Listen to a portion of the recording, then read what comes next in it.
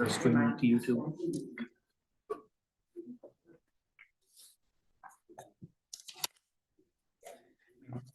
If you're gonna use, the mouse, I can't put it there because it's way over here. Sure. So Yeah, remind me. cord is sticking Or I'll do out. it. That's just the nature of the cord.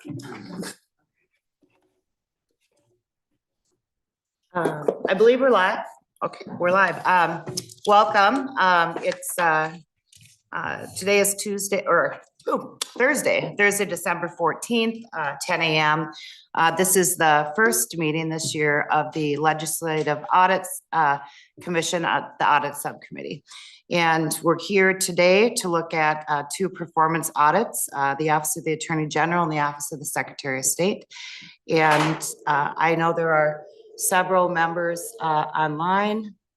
I know Senator Barr and Senator Drazkowski. Is that it so far? Representative Jacob is also with us remotely.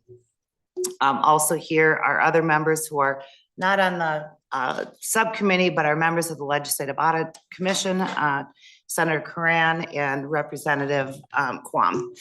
And I see you're gonna, come on up. Senator Rest, who is also joining us, and she is on the audit subcommittee. So we'll get started.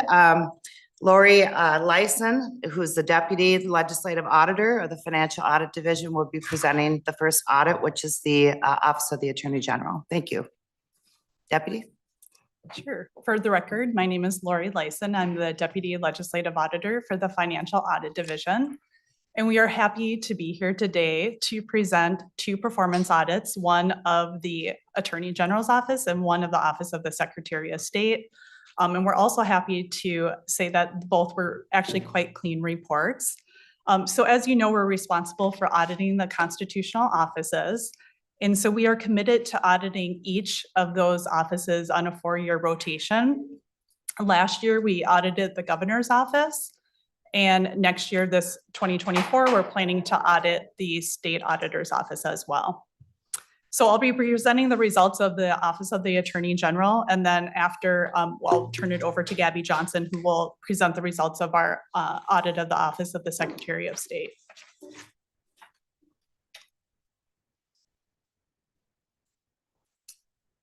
So I'd like to acknowledge the audit team who worked on the audit.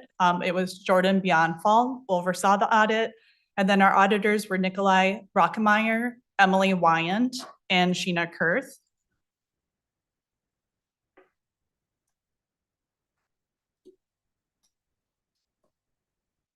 So the Office of the Attorney General is one of the 4 constitutional offices established by the Minnesota Constitution.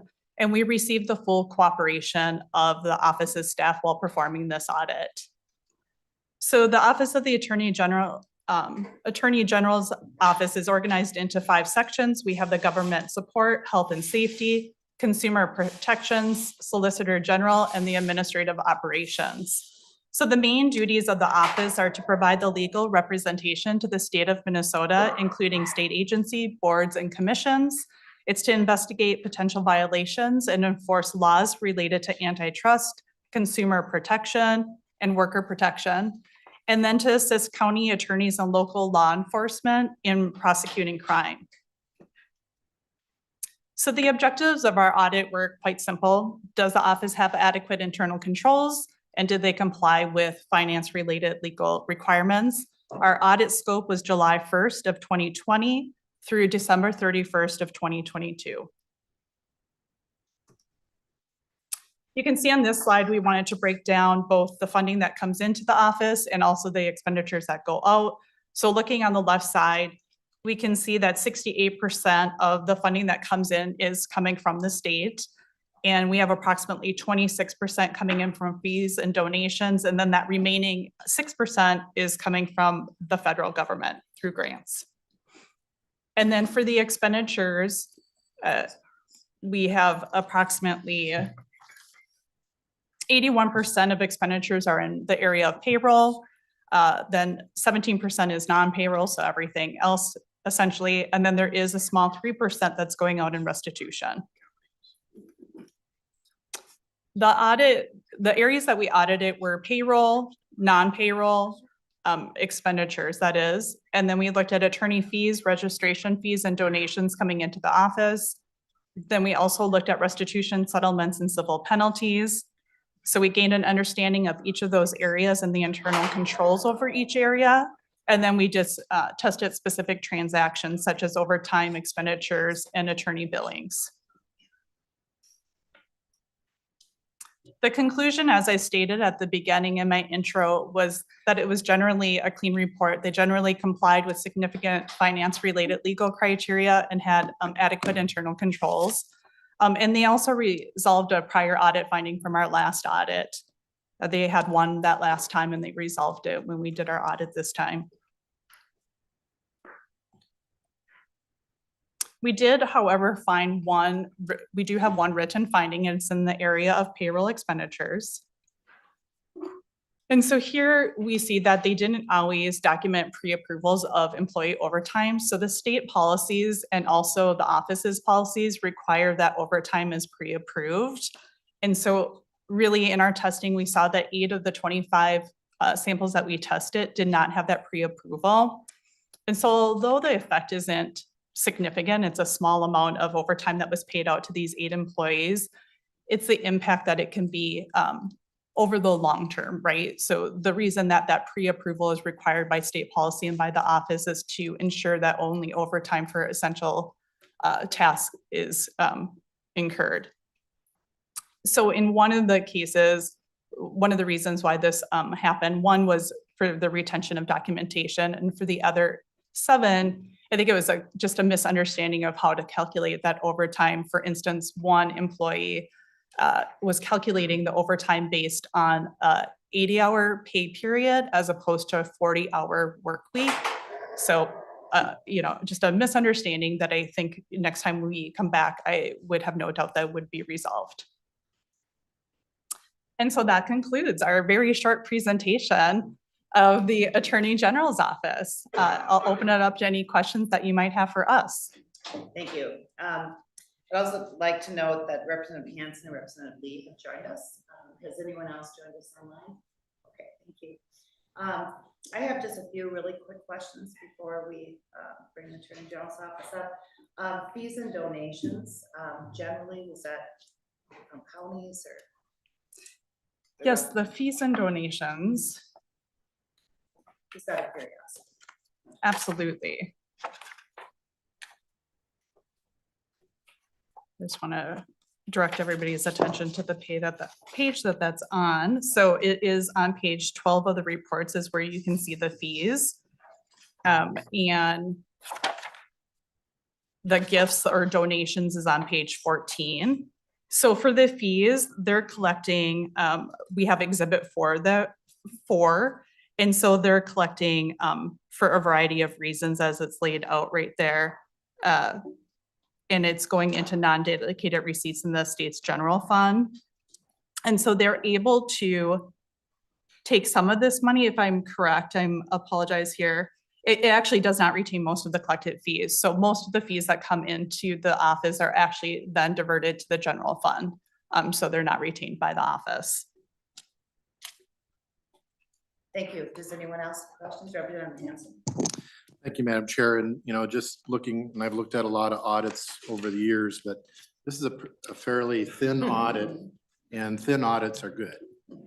So, but thank you for your work. Thank you. I know Senator Drazkowski has a question. Senator. Thank you, Madam Chair. Madam Chair, those of us remotely can barely hear you. We can hear everyone else well. How's that? Oh, now it's wonderful. Thank you. I was just wondering, I haven't come to the point of the response from the office. I would just ask, what exactly are they going to do to sew up this small area? Thank you, Senator. I think after, if there's no more questions, we can bring the office up. Oh, gotcha. Representative Kwong. Madam Chair, if I could. Senator. Yeah, I'm just curious, what if someone could review the history of how often does this happen with each of these two offices before us today and the other two that we're going to do in the next meeting?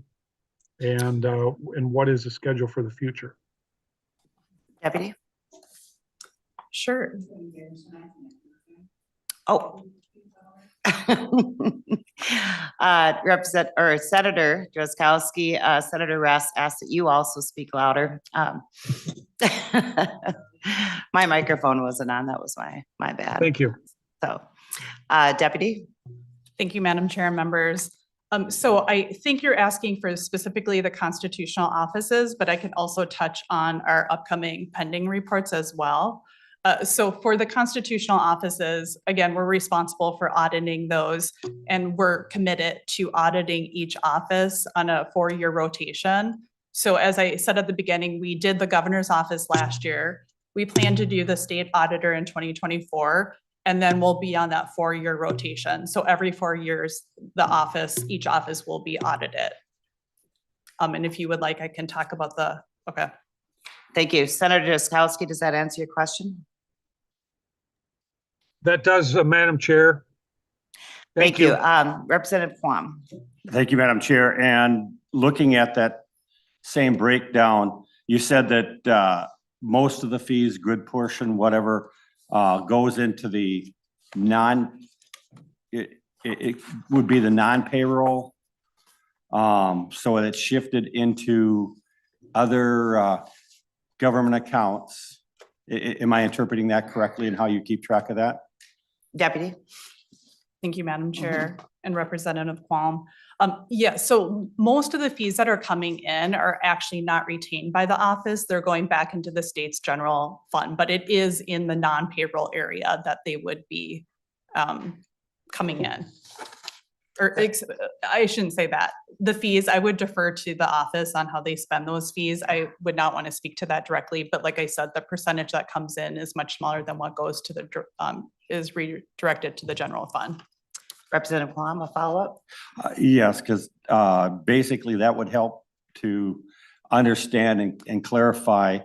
But on the payroll, is that just for employees, or how do they handle frequently when major things happen? They will have outside entities participating in an activity. Deputy Lyson? Sure. Thank you, Madam Chair and Representative Quam. Again, I'll defer to the office, but my understanding is that the payroll that is presented here, and I can say this with surety, that the payroll that's presented in the report is the payroll of the employees. And I think there's approximately, it's in here, I want to say it's like 355 employees during the scope of our audit. And so what we're seeing in the report itself is state employees in that payroll portion. Representative Quam? Thank you. In future audits that detail or have this kind of information, it'd be nice to have it more detailed and understandable, because the public looks at this and I want them to be aware of where the dollars are coming and where they're going, and specifically having an area that's called pass-through, because if we have millions of dollars of fees coming in and it's just passed through, it'd be good to understand that, because I don't want to have confusion amongst the public about, well, all this money is coming in and where is it going? And that would save time and effort. Thank you. Thank you. Senator Rest. Thank you, Madam Chair and Ms. Lyson. I too am extremely impressed with the scope of this audit is focused on internal controls. And a number of years ago, we routinely received financial audits. This is a performance audit. It's different in nature, but we routinely received audits of agencies, constitutional offices, which had numerous findings. And as a matter of fact, they had repeat findings. And these audits are not done every year, so that, well, we just didn't have enough time to correct it. these audits were done every 3 years. And still, there were repeat findings. And I noticed that in your, the letter from Ms. Randall and yourself, the prior audit finding was resolved. And I congratulate the Attorney General's office for doing that. I also find, however, that although in the letter you indicate what the objectives were, and that is internal controls, not a financial audit as such, but the internal controls, and that and so as part of your statement that they complied with significant finance-related legal requirements. I'm assuming that where it was appropriate, they were also, you also applied government accounting standards, even though you make no reference to that here. In the private sector, we talk about GAAP, general accounting, whatever it is, principles that are applied to audits of businesses. And then in government, we used general accounting standards for government. And so I'm interested, to the extent that you were looking at financial information, why there is no reference to GASB standards. Deputy Lyson. Thank you, Madam Chair and Senator Rest. So when we do these performance audits, we are looking at internal controls and legal compliance, and we aren't applying GASB during those audits. However, right now, we are performing the state's financial statement audit. So we're auditing the financial statements of the state and then the 3 public pension plans. And that is where all state entities come into play with that audit. So, you know, if there's, I'll give you an example. If there's a capital asset that is being retained by the Attorney General's office, that would come into that audit where we would go out and, you know, do our testing of that capital asset and ensure that it follows GASB, right? And so these audits really are just looking at the performance overall. It's a full scope. It digs deep. We're doing lots of testing in every single area. As you can see in the beginning of the report, it really talks about the methodology we used and the sample sizes that we pulled. But it's really those financial statement audits of the state's financial statements and of the pension plans where you would see us touching on the Attorney General, the Secretary of State, anyone that makes up that primary government, and also component units that flow up into the financial statements as well. Thank you. Senator Rest. Thank you. And I do note that I'm sure he or someone from the office is going to comment, but they did agree with the one finding and have taken steps to correct it, which again makes this an outstanding recommendation to the public that this office is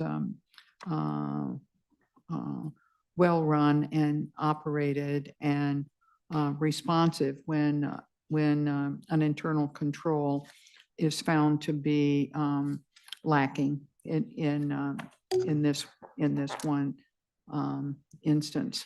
Would that other agencies would come in with a similar report and series of findings? So I'm very pleased with the way this has turned out for the office and the reliability and the responsibility that they take for their internal controls. Thank you very much, Madam Chair. Thank you, Senator Rest. Members, any questions before we bring the office up? Okay, so I'm not sure who's here for the office. Oh, Attorney General Ellison and your crew. So please join us at the dais.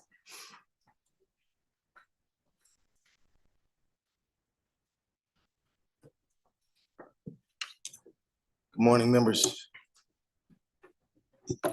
Thank you. Mr. Attorney General, thank you. Do you have some comments? Yes, only brief comments. I want to thank you, Madam Chair, and the committee for having us here today. I want to thank the Office of the Legislative Auditor. It was a pleasure to work with them. They were thorough, they were professional, and they were kind to work with. And we dedicated ourselves to full and complete cooperation. And we do recognize that we did get one finding, but we've already put steps in place to make sure we don't have that problem again. And I want to thank the legislature for giving us the administrative support to hire the staff we need to make sure that we have a very strong administrative presentation for this committee and for the public at large. My colleagues are here, Sarah Cavisto and Dan Hill, available to assist me with answering any questions. But again, we're just very happy with the opportunity to be in front of you today, and grateful for the good government work that the OLA does every day. Thank you. Maybe we can start by answering the question that came up earlier, probably to Finance Director Dan Hill, and that's about the pass-through. I think I know the answer because the old office I worked through did the same thing. But Mr. Hill, can you answer some of the questions about the fees that come in from non-state entities, how they're funded, where those dollars go, and whether that's part of the overall budget of the Attorney General's office? Thank you, Mr. Hill. Hello, welcome, or hi, everybody. First time speaking in front of everybody, so sorry if I messed with the formalities, but happy to be here. Yeah, I can speak on the charity and club registration fees that you see on page 19 of Exhibit 4. All of those are passed through. Like we don't use any of that money for the Attorney General. The attorney fees, we charge, we bill other agencies when we represent them, and we use those fees for our operations such as payroll and operation expenditures. Thank you. Is there a follow-up or more clarification that Representative Quam? Thank you, Madam Chair.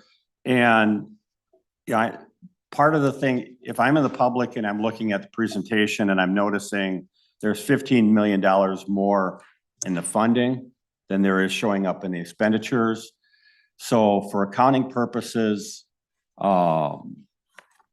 is that all passed through, or is that difference showing up somewhere else? Well, what page are you referencing? Actually, frequently the public, when they watch this, they see the presentations. So we've got these pie charts, and the funding has $15 million more in that pie than the expenditure pie. And I just want for clarification for the public, when you do your accounting, you don't show where do the $15 million go? Is that just pass-throughs and charity, et cetera, or just a very clarification on that point? Mr. Hill? Yeah, I don't have those pie charts, sorry, on my packet. You're referencing a page number? Okay. Think about that. I can bring this over to you. Yeah, thank you. I think I have a different.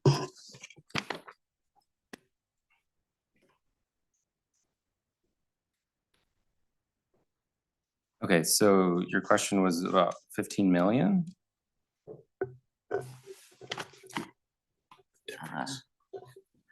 Or the difference of 5 million?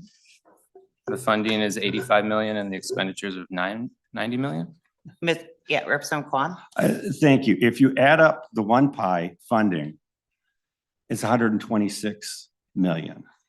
If you add up the expenditures, it's 111 million. Oh, I The see what you're delta saying. between those two is 15 million. I understand what you're saying. Yeah, some of that is passed through for sure. Madam Chair. Yeah, Um, Representative Quam. thank you. If offline, we could get more detail on this. I know that it's not specifically, and the detail of the audit might not get into it, but since it was part of a public presentation, when people email me, I like to be able to explain. So if we can have a better definition of how your bookkeeping and accounting handles things, so that we can see that, because I don't want them thinking, oh, there's a pile of money that's accumulating somewhere. I know that you probably more than well use it. Mr. Attorney General. Madam Chair, via statute, all the money that we win in settlements goes to the state legislature, to you, unless there's a special account where that money is goes into the account. So for example, with opioid settlement or with the Jewel settlement.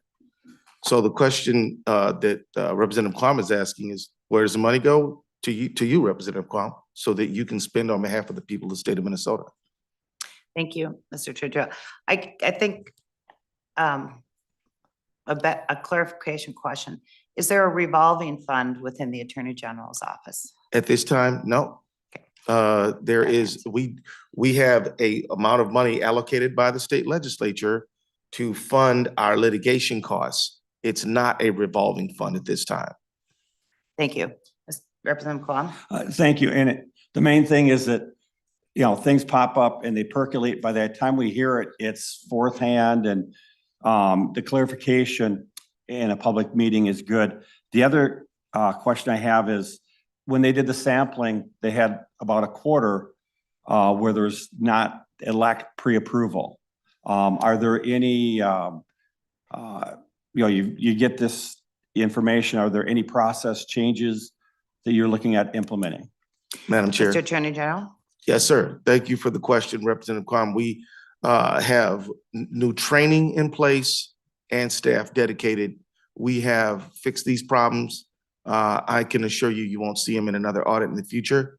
And so, yeah, we have we've not only fixed the problem procedurally with written procedures, but we've trained staff to make sure that they understand how to document flex time in the correct way. Thank you. Any further questions? Questions from online? Okay. Comments. I guess I'll start as chair. I want to commend you. I think it's important that we knew that there were very minor findings in this, but I think it's important that that we bring that out. Thank you, ma'am. So I commend your office and Mr. Hall, the finance. I think you're the finance director. Or Jen, I don't know who's the finance director. Yeah, Mr. Hall. So good job. Good job. It's good to see this. As Senator Russ said, it's rare.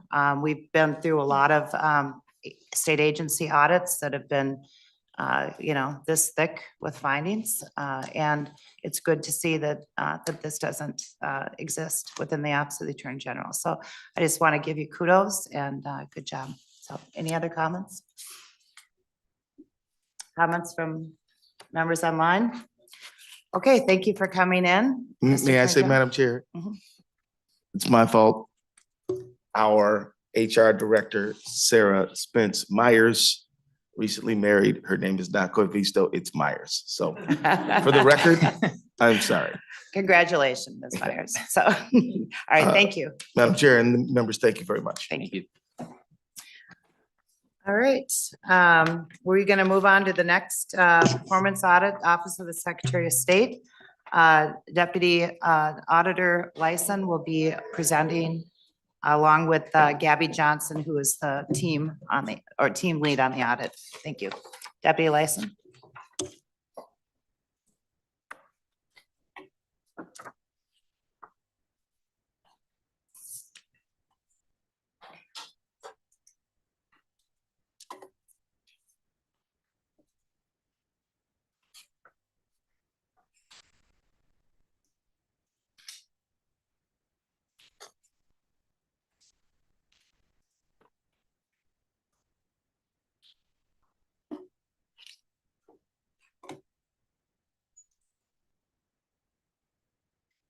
Thank you, Madam Chair and members. For the record, my name is Gabby Johnson, and I am an audit team lead with the Office of the Legislative Auditor. Today, I will provide a brief presentation of our performance audit of the Office of the Secretary of State. We conducted this audit as part of our regular cycle of audits of the constitutional officers. The audit team was made up of myself, along with Audit Director Jordan Bionfold and auditors Nikolai Brookmeyer and Andrea Hess. We received full cooperation from the office during the course of this audit.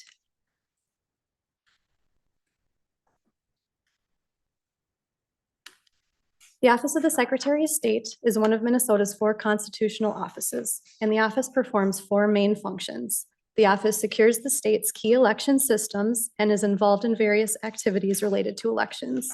The office administers the Safe at Home program, which helps people who fear for their safety maintain a confidential address. The office provides customer service and filing services to those conducting business in Minnesota. And the office also performs office administration and other activities. For our audit objectives, we determined whether the Office of the Secretary of State had adequate internal controls, complied with significant finance-related legal requirements, and resolved prior audit findings. We performed a full scope audit, meaning that we looked at all of the financial activity, including receipts, payroll expenditures, and non-payroll expenditures. Our scope was the financial activity from January 1st of 2020 through December 31st of 2022. The office receives general fund appropriations to finance the majority of its operations. The office also receives federal grant funds for enhancements to Minnesota's election systems and procedures. In addition, the office collects fees for business and uniform commercial code filings, notary commissions, and other miscellaneous transactions. Most of these fees, shown in orange on the right side of the slide, are deposited into the state's general fund and are not used for the office's operations. State law allows the office to retain a portion of the collected fees to offset the costs of providing services. Payroll expenditures is the office's top expenditure area, and grant expenditures is also a large portion of the office's total expenditures during the scope of our audit.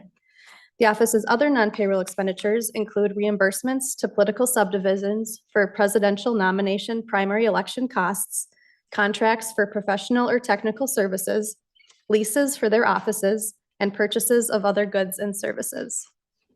And as we had mentioned before, this was a good report. We found that the office did really well within the receipts, payroll expenditures, and non-payroll expenditures areas that we looked at. The office also resolved the 4 findings from our prior audit report. Our report includes 1 written finding related to grants monitoring. And before I talk about the finding, I'd like to provide a brief overview of the office's grants. The office has both state-funded and federal-funded grants. State-funded grants include grants to purchase or lease authorized voting equipment and grants to implement absentee ballot drop boxes. Federal-funded grants include grants under the CARES Act, which could be used for specific activities in response to the COVID-19 pandemic, such as purchases of sanitation and disinfectant supplies for election officials and in-person voters. The office also provided grants under the Help America Vote Act, or HAVA, which could be used for specific activities such as implementing security improvements for election systems. During the audit scope, the office made payments on 313 grants totaling almost $11.4 million, and most were advance payments that were made after the grant agreements were signed. For over 10% of the grants, the grantees reported that they did not spend all of the grant funds and returned that unspent portion to the office. All of the grants were made to political subdivisions such as counties, cities, and towns. State law requires the office to establish a process for monitoring these grant funds after they've been distributed.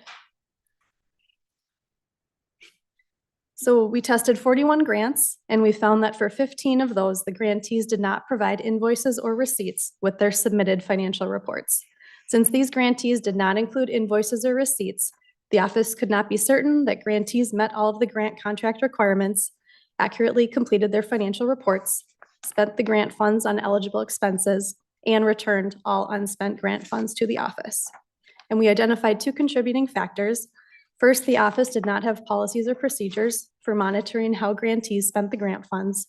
Second, the office had inconsistent requirements in the grant contracts and financial report formats for when grantees must submit support such as the invoices or receipts. And this finding resulted in 3 recommendations for the Office of the Secretary of State.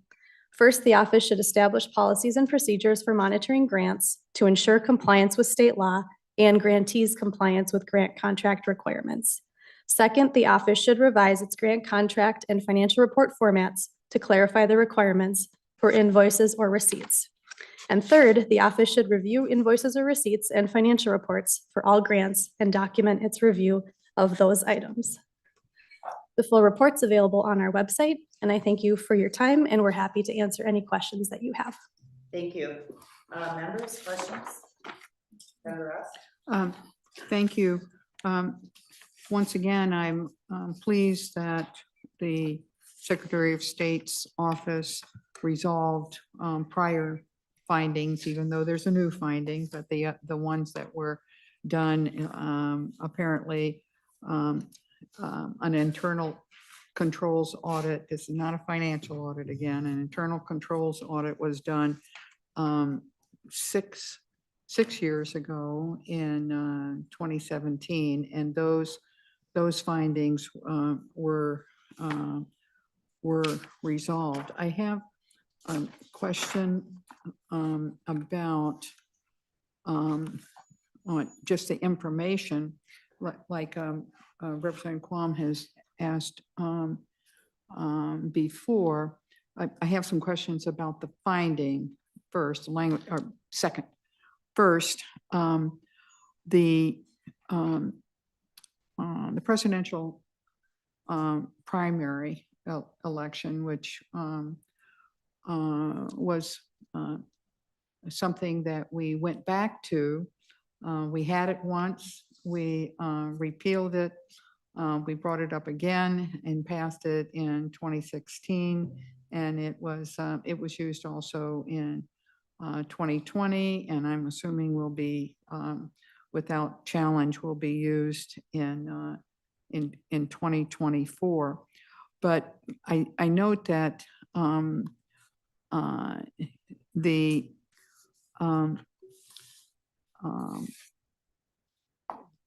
we passed it in 2016, first used in 2020. I want to make sure I'm clear about that. But were the payments and the scope of the audit of that election within the expectation of the, as much as you know, and maybe they can comment on it as well, of the Secretary of State's office? I know when we passed it in 2016 for 2020, there was concern about how expensive it was going to be, or what level of expense was going to be needed. I don't recall what was appropriated, but I wonder if you can't do it, if maybe the person who is going, people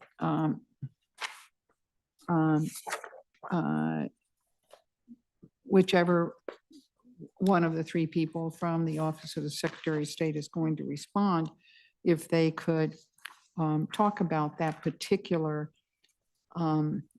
expense and the number of payments that were made, because we wanted to be sure that local governments were not bearing the burden of the total cost of a presidential primary. So that's just a question for, again, like Representative Quam had asked for other things. I think people would like to know that how much that costs, and make their own judgments about whether it's a worthwhile activity. I happen to believe strongly in it, but others may disagree. And I wonder if you would comment a little bit more about the narrative of the finding. And I know you had your slides, but 15 out of 41 grant tracks that were tested where they didn't include invoices or receipts. And then the question arises, well, how many more were they with people, grantees, maybe didn't realize, not deliberately, but didn't realize that they were required to submit those requests.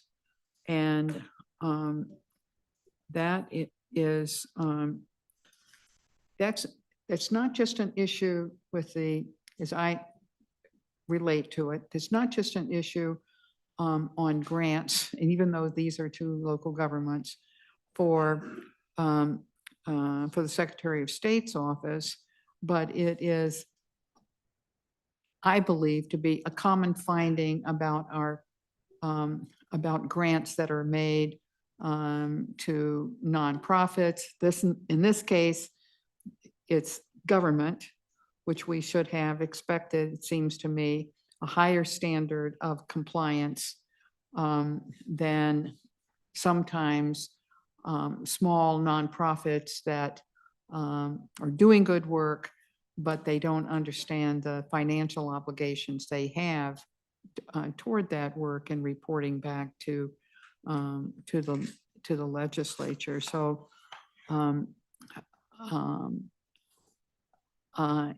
what kind of inconsistencies? You mentioned inconsistent requirements for invoices. What do you mean by that? And that some were required and some were not? I'm concerned about that, even as they're taking steps to correct that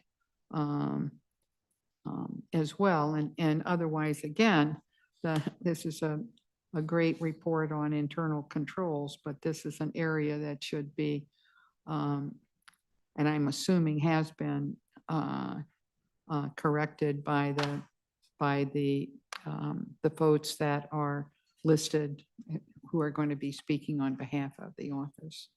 Thank you. Lee Johnson, can you give us any insight into the inconsistencies regarding the various local entities requirements?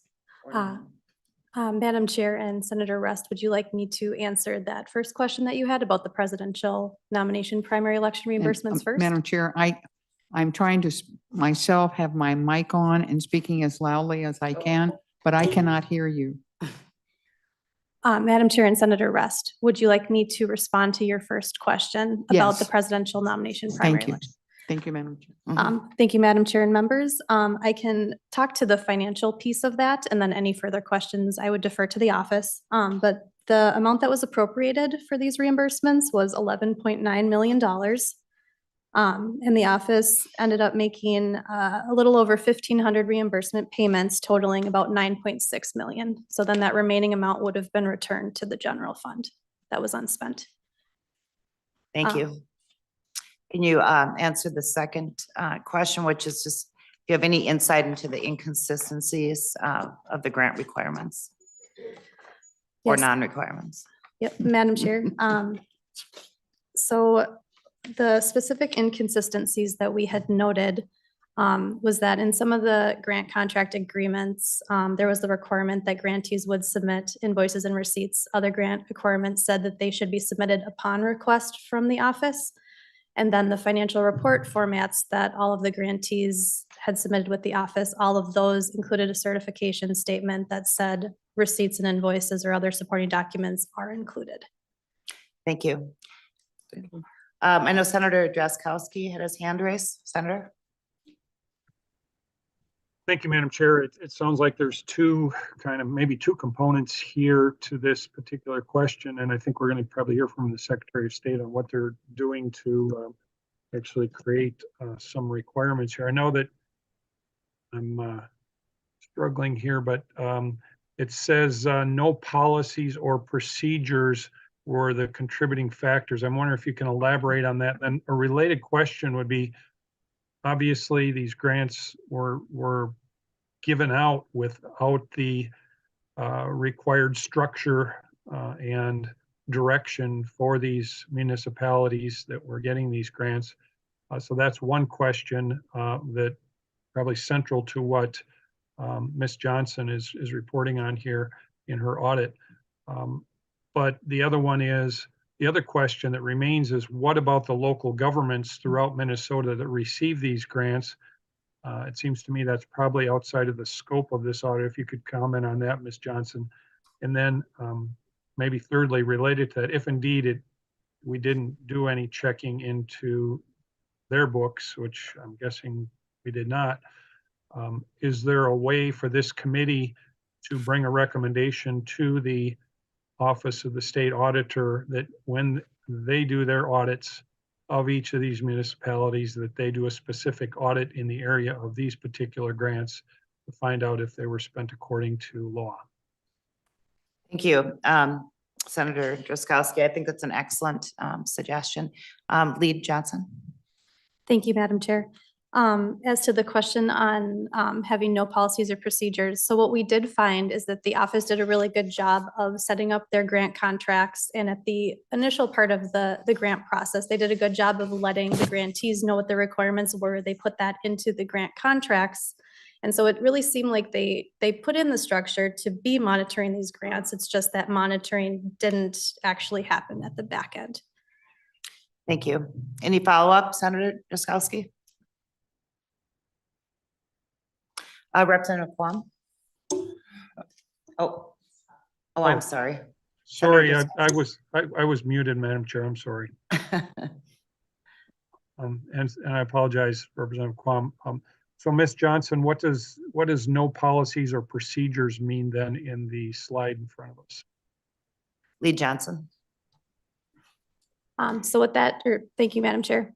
So what that means in the slide is that the office did not have any written policies or procedures on how they would be performing that monitoring of the supporting documents that the grantees had provided for what they had spent for the grants. Thank you. Senator Drazkowski, any other No, follow-up? thank you, Madam Chair. That's, I think, adequately answers that. What about the rest of my question? I'm wondering if Ms. Johnson could comment on that as well, Madam Chair. Senator Drazkowski, can you repeat the question? I didn't. Oh, now I'm struggling. Well, the one. So are we. Well, the one area, of course, there's the question about, that we just talked about. And I'm curious to hear from the Office of Secretary of State on where kind of things fell apart with this. In what is overall a very, very good audit, and I share with Senator Rest and others the kudos to both of these agencies generally for doing a very good job.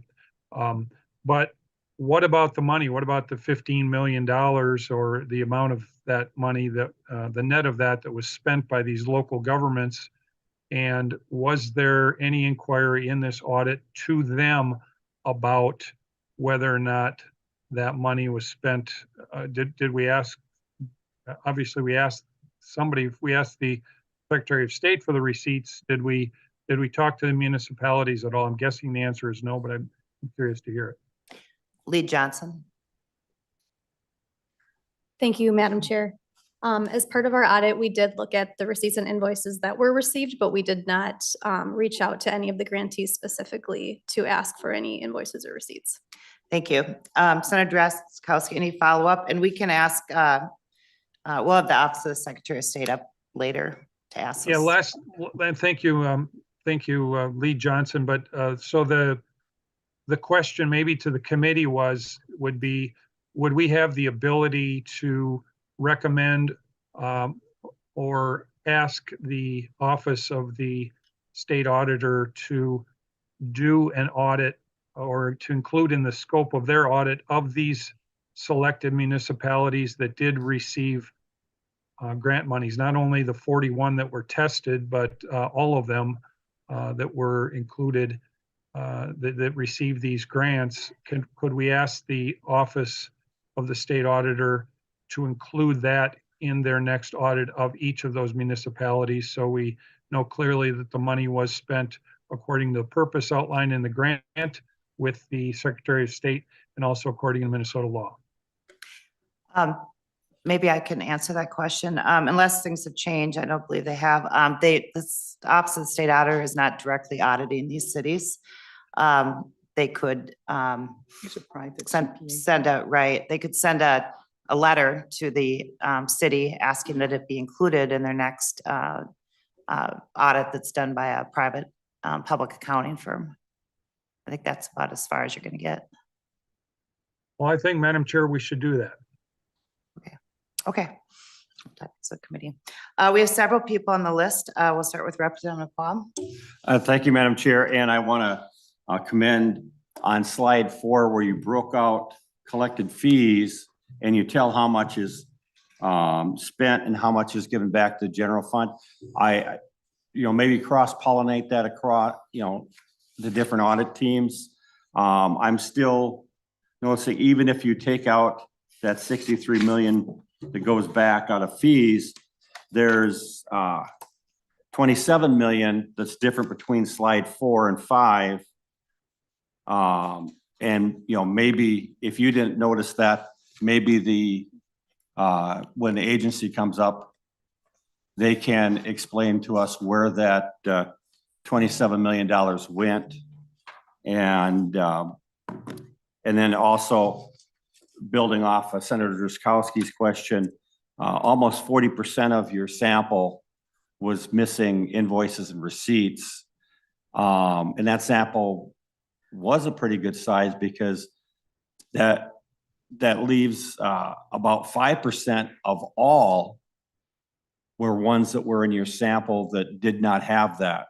So that's a little bit troubling, and maybe with Drazkowski's question, the people coming forward can try and illuminate on that statement too. But good job with slide 4. Thank you. Thank you. Senator Kron. Thank you, Madam Chair. And along the lines of the grants, we've had enough detail. We've talked about what you found in your questionnaire working with the Secretary of State. Did you find that they requested the data, or did you find that there was just simply not a single request for any of the missing documents of the 15 cases or almost 40% of those that had no documentation, just simple basic documentation? Did the agencies ever request it? Lead Johnson. Thank you, Madam Chair and members. So as part of our audit, we just looked at what the Secretary of State had on file. So we did not see documentation of any requests that were made for any missing documentation. Senator Kron, follow up. Thank you, Madam Chair, and thanks, Ms. Jensen. And so did you ask any staff in the Secretary of State if they made any requests? Were they required? Lead Johnson. Or were this, I guess I'll clarify. You've described that the contract and the education on the front side was very thorough, which is great. And then you indicated that, the just non-compliance of the documents are just plainly missing. And so what I'm trying to figure out, was this supposed to be a self-administered submission of documentations and documentation? Even if it is, it's not the recipient's process or responsibility to do the monitoring. It's the agency's responsibility to ensure they get even the basic documentation. So could you tell anywhere that anyone has ever asked for the missing information of the 15 cases in which you found no receipts or invoices? Lead Johnson. Thank you, Madam Chair and members. When we had talked with the agency, they had told us that they thought the initial process that they had done was enough to fulfill monitoring purposes. Thank you. Senator Kron, any follow-up? No, Madam Chair, thank you. Thank you. Representative Hanson. Thank you, Madam Chair. And I was looking on page 11 and 12, online receipts and the counter receipts, and looking at during the audit period. So this was January 2020 to 2022. So this was peak COVID essentially. And I actually kind of find it amazing that they were able to do all of this at that time without more error because of what we were all going through, and particularly the counter receipts still coming in, because bringing people back and having the processes work and trying to adjust on the fly. So I think the audit is a good audit. The response is good. They say they're going to be correcting these issues, but I think it's important to note this was during the peak COVID period, and kind of stunning that things continued to work as well as they did during that time with the office. Thank you, Representative Lee. Thank you, Chair. And to Lee Johnson, just a more general question on page 23 of the report. And one of your footnote, you cite that constitutional offices such as the Secretary of State are not required to follow statewide policies, but may elect to follow them. And so why is that? And what differentiate in a division of the Office of the Secretary of State from, let's say, one of our standing agencies, state agency? Deputy Lyson. Sure. Thank you, Madam Chair and Representative Lee. So in statute, it's the requirement for the grants oversight. Is this about the grants? Well, this in particular is in statute is about the executive branch. So then the constitutional offices are excluded from that requirement in statute. And then they could either decide to follow it as a best practice or create their own policies. Oftentimes the constitutional offices will use state policies as their own, but it's not required in statute. Representative Lee. Thank you, Chair. And then just going to the next piece of the, I think along that line, I think Senator Drozdowski did ask, did you connect with the local units of government to get their feedback? So I think, in reading this on page 24, talking about the inconsistent requirements for invoices or receipts, when I first read it, the grant contracts require grantees to provide invoices or receipts upon the office request, and then the financial reporting requirements require grantees to certify the invoices or receipts are included. When I read that, it seems like it's already a requirement, and then if we need additional information, the office could go back and ask for additional information. So wouldn't that require? I guess I don't see the inconsistency in that then, because it's a requirement, and then the contract also allow for the OSS to get more information if needed. Would anyone like to comment? Sure. Deputy? Thank you, Madam Chair and Representative Lee. So you're right, there is still that requirement to provide upon request, but the problem is there was a mixed message provided, and Ms. Johnson could probably tell me which document that's in, but in one of the documents, it clearly says that you need to provide all documentation. And then in another document for the grantees, it says upon request. So it's just unclear whether or not they have to provide it and at what time they have to provide it.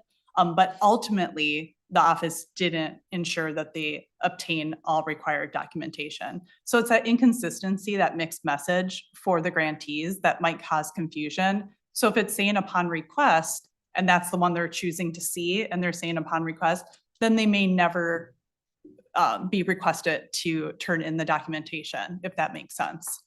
Representative Lee. Thank you, Chair. Just one quick follow-up. So when you're saying there's two documents, is it for the same grant program that there's two different documents, or is it different grant programs that have different documents that they could choose? Lee Johnson. Thank you, Madam Chair. So the two documents that we're talking about are the grant contract agreements and then the financial reports that the grantees are providing. And so the grant contracts and the reports differ slightly for the different kinds of grant programs, but both do exist for all grant programs. Thank you. Any follow? Are there any other questions from members, including online, before we bring the Office of the Secretary of State up? Okay, thank you. And we have, I believe, 3 people from the Office of the Secretary of State. If you could join us at the dais.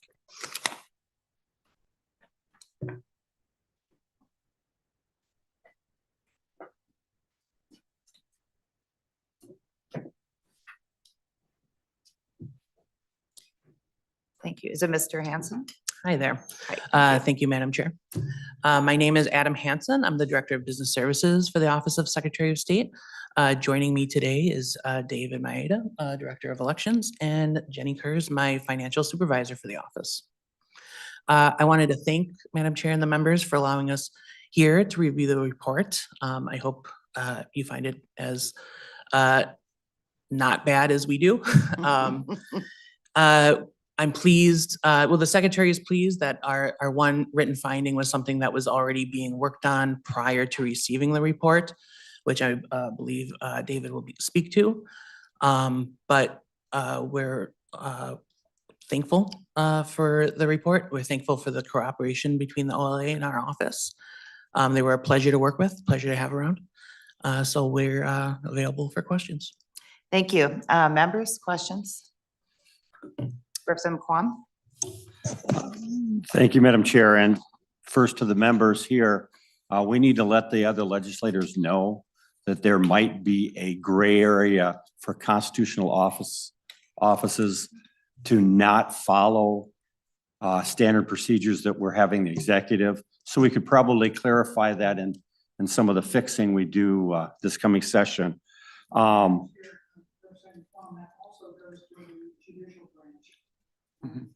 separate branches and not going to do the same thing. You have to say it specifically and explicitly. Otherwise, they follow their own policies and protocols. And this is not the only place these conflicts where that happens. Because of the independence of the constitutional offices and the judiciary, that is more striking than it is generally with the state agencies, because they are all held to the same protocols that are in the statutes. Thank you, Senator Russ. Very good point. Representative Thank Quam. you. Thank you, Madam Chair. And I view that as a friendly amendment from the Madam Senator. Yes, Um, too lengthy a one, but nevertheless, agreement. But on some of the points that I touched upon, with the auditor, I was hoping that you would hit those. We understand that Secretary of State's office does, through fees and other activities, bring in more money than the appropriation. It was illuminated in slide 4 that there was, frankly, almost half of the money is given straight to the general fund. But the delta between slide 4 and slide 5, the revenue versus, was still substantial. So if you can illuminate where the other, I believe it was like $27 million is sitting, if it's not going to the general fund. Director Hansen. Thank you. I want to thank Madam Chair. Thank you, Representative, for the question. I agree. When you look at it, there's a simple math thing there that one number is bigger than the other. I can't speak to the exact money, but our office will be pleased to provide you a full accounting of all of our fees and general fund deposits. Representative Quam.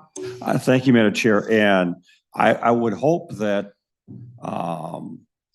you would give that to the auditors when they're looking at stuff, because even though they broke out fees, this large portion of are going straight to the general fund. So they've got some of that information, but apparently there's additional money extra lying around, which is, I think, greater than a third of what was being spent. So it's a large proportionality that the citizens looking at the presentation and stuff saying, where is this money going? And if we can say in a public meeting and clarify, that stops people from wondering.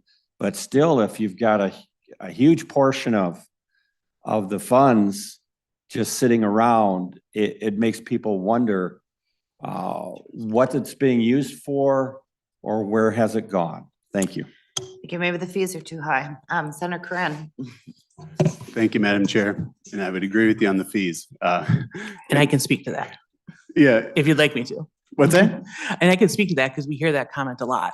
Yeah, no, Um, we, and I know it's driven by legislature and the revenue, all of those things are there, but we appreciate the findings and from past reports. We don't get the very often in the reports that the legislative auditor does. So thank you. Those are important because most of them are very, very simple, basic, good governance. We want to know that everything you do is trusted, verified, and we appreciate that because we really don't see it often. And so today we got 2 of them, probably the first time we had a hearing with both agencies took care of past recommendations or findings. So the grant issue is, of course, one of most interest. I don't have as grave a concern from the perspective of, these are going to government entities for the management elections, but we also want to know that the monies are going exactly where they should for the purpose in which they're intended.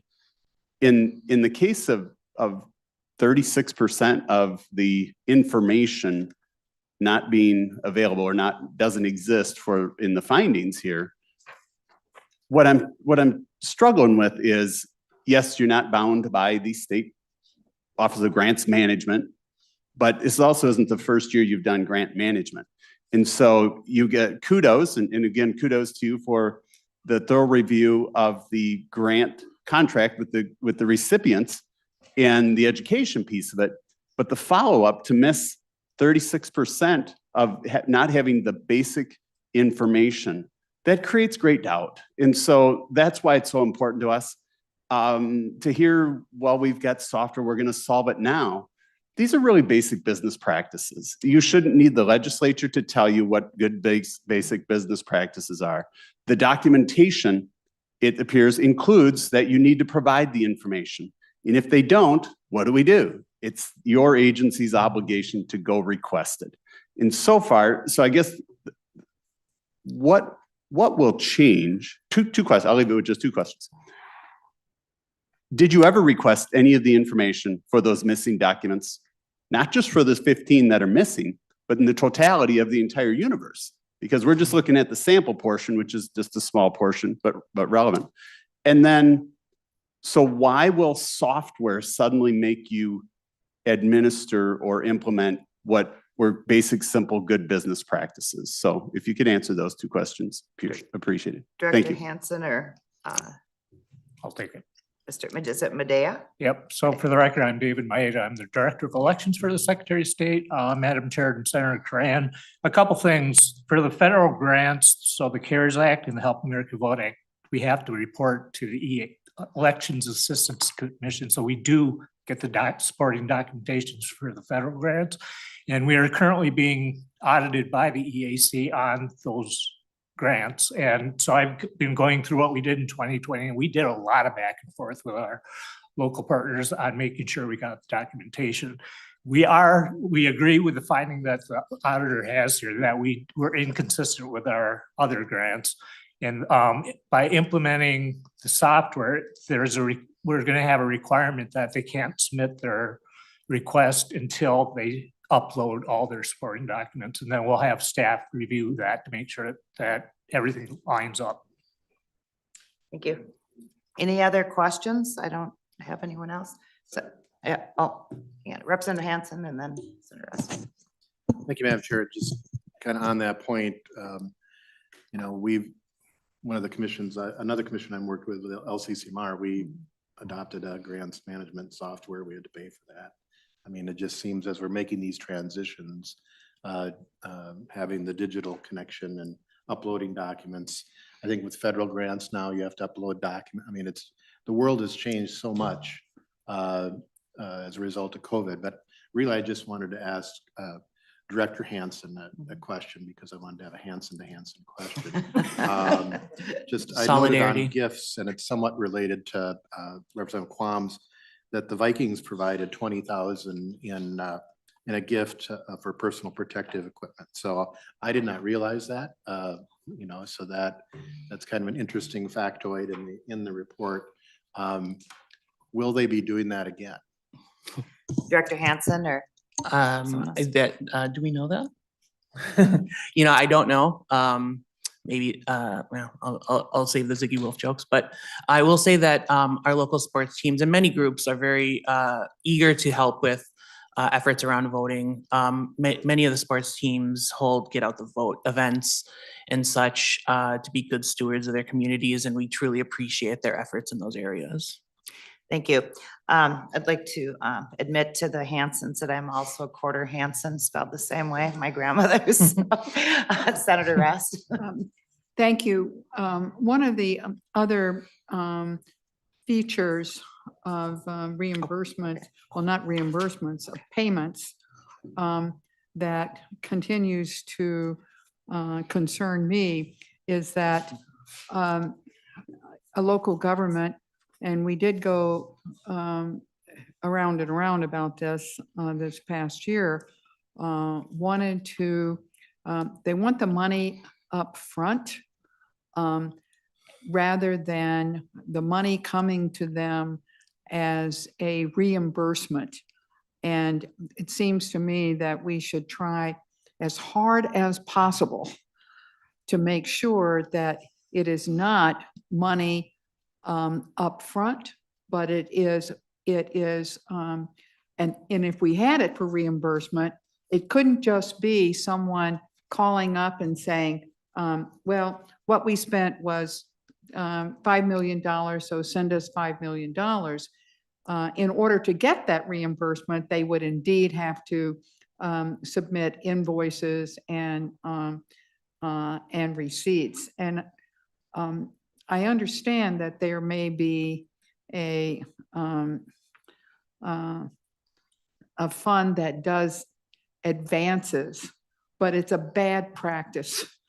It's a really, really bad practice because once the money is out of the door, I can tell you that I believe people find ways, even if they're providing receipts, and I'm not talking about the Secretary of State's office or anybody else, but they'll find ways to say, oh, well, we forgot to add, $50 for pencils. And they search for expenditures that match the grant rather than saying this indeed is what we spent and for this only, this project or this function only, and that they document that. And that is not something that is new this year, but it is a practice that warrants a whole lot more scrutiny than we've been giving it in the past. So I just bring that to your attention, and I noticed that in the body of the document. A lot of the payments are not reimbursements. They are advance payments, and they are allowed under the statute to be advance payments. And I think we should review that with all kinds of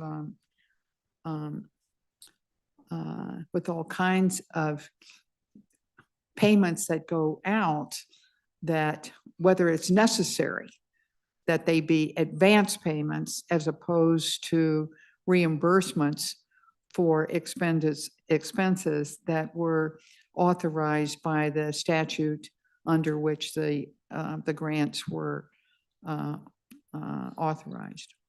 Thank you, Senator Rest. Senator Duskowski. Thank you, Madam Chair. Members, I'm just curious what we're going to do to ensure that the $11.4 million, or the fraction of it amongst the fraction of the 313 communities that did not report their receipts and demonstrate that they spent the money properly, what are we going to do? Director Hanson. Yeah, that was the direction of my question. I was going to ask Representative Hanson. Thank you, Madam Chair. Thank you, Director Hanson. Or I can take it.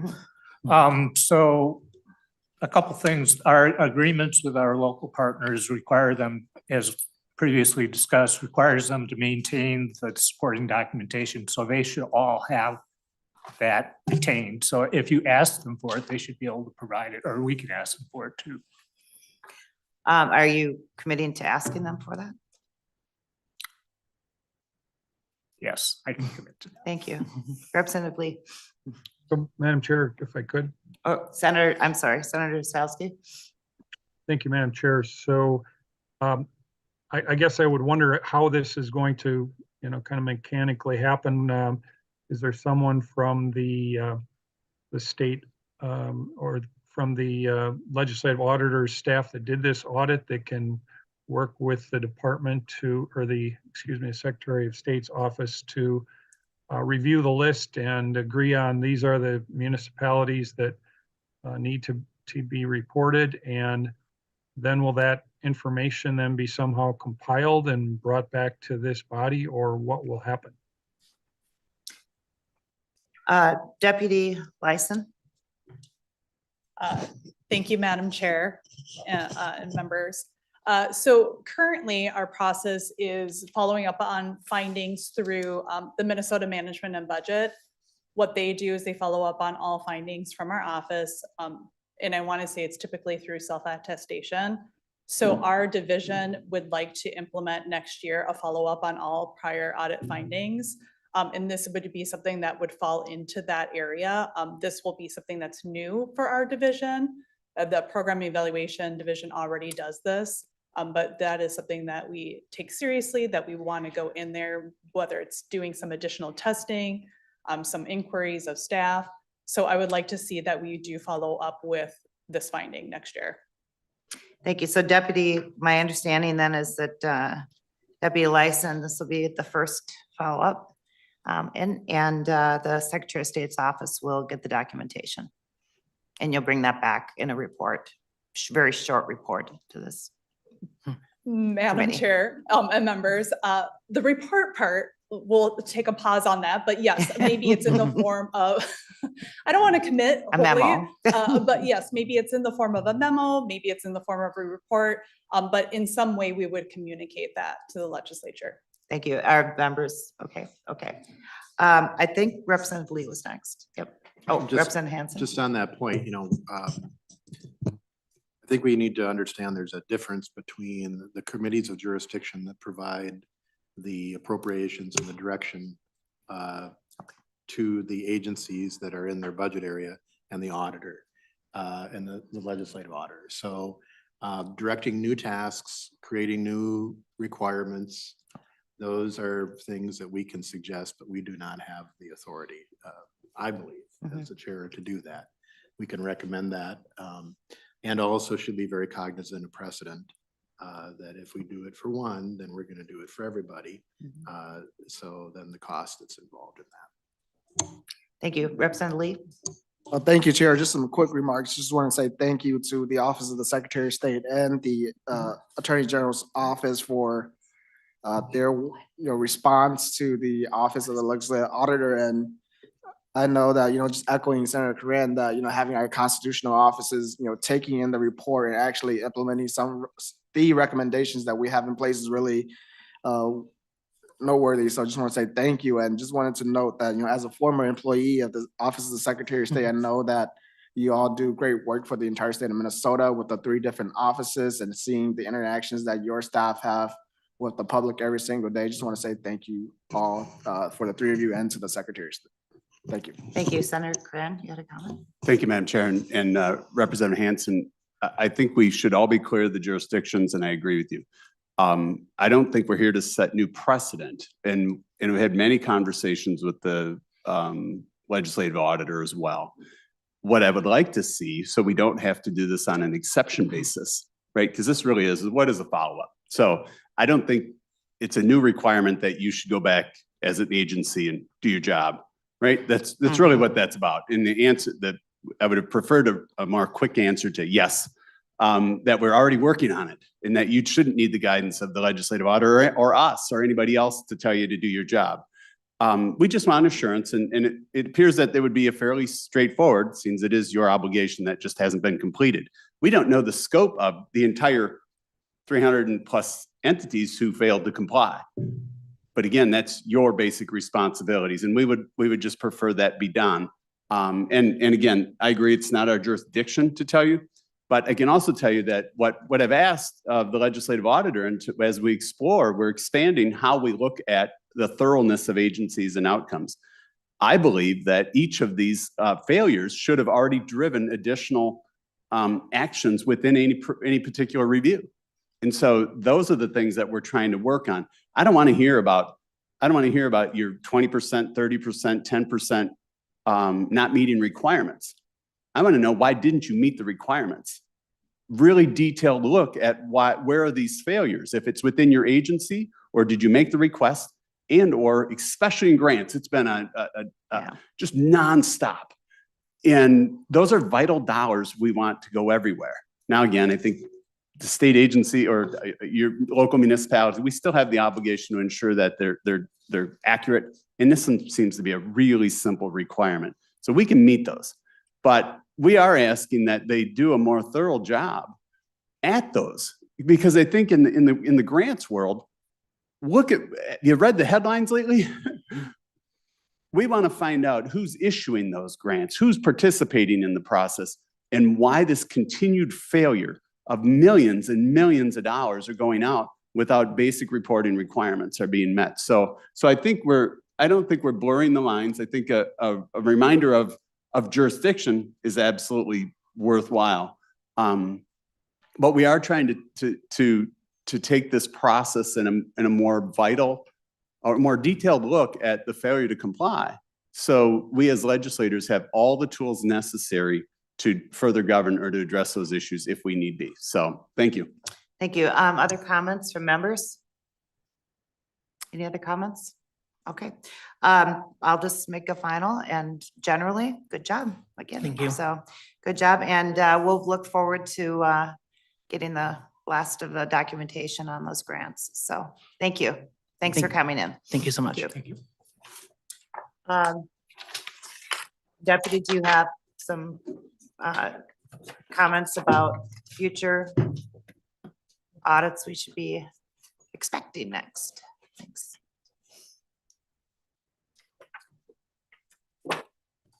Thank you, Madam Chair.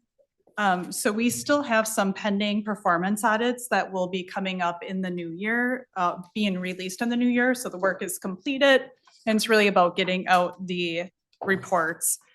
So we have one of the Minnesota Law Enforcement Association. There was retroactive pay adjustments that occurred in June of 2022. So that report will be coming out. Then we did a full scope audit. And again, this is similar to what we did with the constitutional offices, where we're looking at payroll expenditures and revenue coming in. That was done at the Minnesota Board of Firefighter Training and Education. There is a little bit of overlap with the Hometown Hero Special Review that had occurred this past year. Then we have the frontline worker pay report. So that's looking at the eligibility of the applicants that receive frontline worker pay. And that those payments went out in December of 2022. Then we're doing the Met Council Southwest Light Rail Construction report. And then the final one is our IT audit, and that's of the unemployment insurance system. So those are our upcoming reports. And then you also received an email with a request of any topics for the upcoming performance audits as well. Thank you. Thank you. When do we expect the first couple reports? Thank you, Madam Chair. I would expect all of them in the beginning of the new year. I don't want to commit to an actual release date, but I would say within those first few months of the new year.